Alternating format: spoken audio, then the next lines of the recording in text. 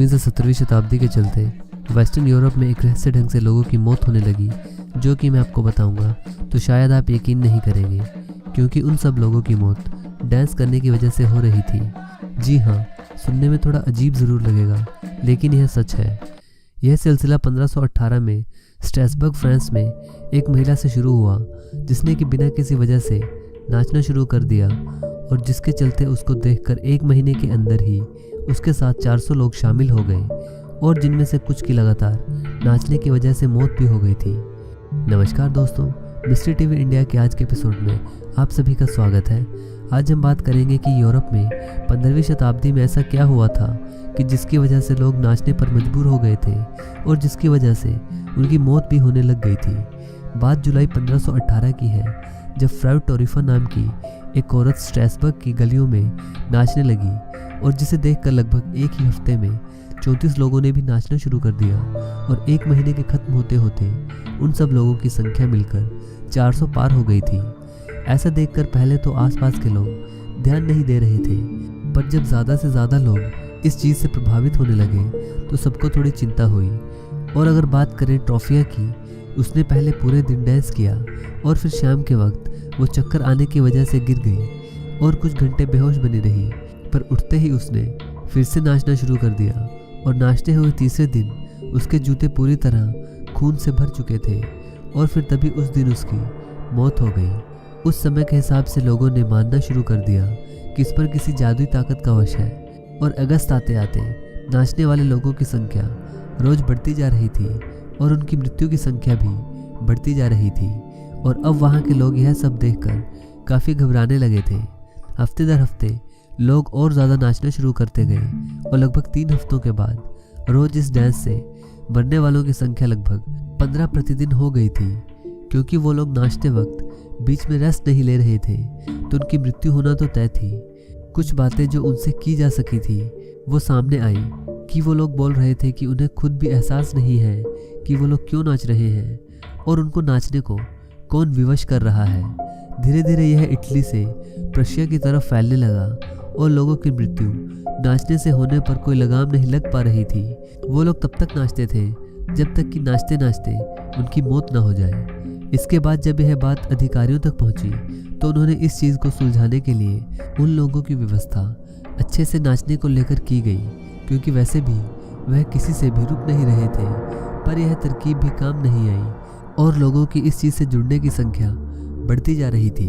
गर्मियों के अंत तक वहाँ पर लगभग दर्जनों लोग मर चुके थे।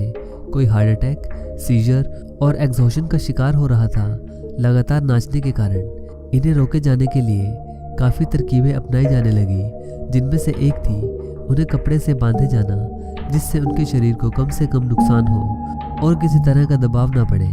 और कुछ लोगों का मानना था जो नाच रहे थे कि जब उनके पेट को कसकर बांधा जाता है, उन्हें कुछ आराम ज़रूर मिलता है, और नाचने की इच्छा कुछ हद तक कम हो पाती है। जिसको देखकर कुछ लोग इच्छा जता रहे थे कि उनके पेट पर थोड़ी ताकत से वार किए जाएं, जिससे कि वो शायद इस चीज़ से निकल पाएं। पर इन सब के पीछे का क्या कारण था कि लोग इतने दिनों तक खुद को नाचते हुए रोक नहीं पा रहे थे? क्या यह एक तरह का मैस हिस्टीरिया था? मैस हिस्टीरिया वो कंडीशन होती है जिसमें कि कुछ कृति कुछ लोगों के बीच में बहुत ज़्यादा फैलती है, और आज तक कोई भी यह नहीं जान पाया कि आखिर इसका क्या कारण है। हालांकि इसको लेकर अंदाजे भर तो काफ़ी लोगों द्वारा लगाए जाते हैं। पैरासेल्सस, जो कि एक फिजिशियन और एल्केमिस्ट थे, वो 1526 में स्ट्रासबर्ग गए, जो कि उस हादसे के कुछ सालों के बाद की बात है।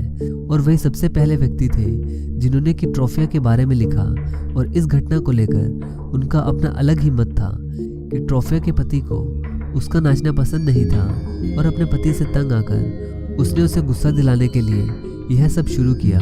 पर इससे यह नहीं सिद्ध होता कि बाकी लोग उसे देखकर क्यों नाचने लगे थे।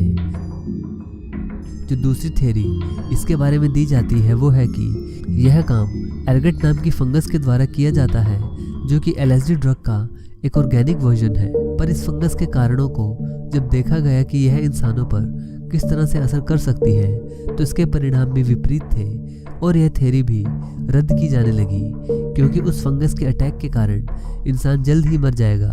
वो मरने से पहले कुछ इस तरह की एनर्जी के साथ डांस करने की क्षमता में नहीं होगा। और इन लोगों को फिर कुछ धार्मिक भावनाओं से जोड़कर देखा जाने लगा, क्योंकि कुछ लोग वहाँ पर ज़्यादा धार्मिक होने के कारण ऐसे कामों में अक्सर व्यस्त भी रहते थे जिसमें कि बहुत समय के लिए पूजा के चलते डांस किया जाता हो, और उसके चलते कभी लोगों की मृत्यु होना। ऐसा केस कभी सामने नहीं आया था, पर अब की बार ऐसा क्या था कि लोग डांस करने से हट नहीं रहे थे, बल्कि सीधा उनकी मौत होने से ही वह अपने डांस को रोक पा रहे थे। इस रहस्य के ऊपर कई किताबें भी लिखी गई हैं, जैसे कि the black death and the dancing mania, a time to dance, a time to die.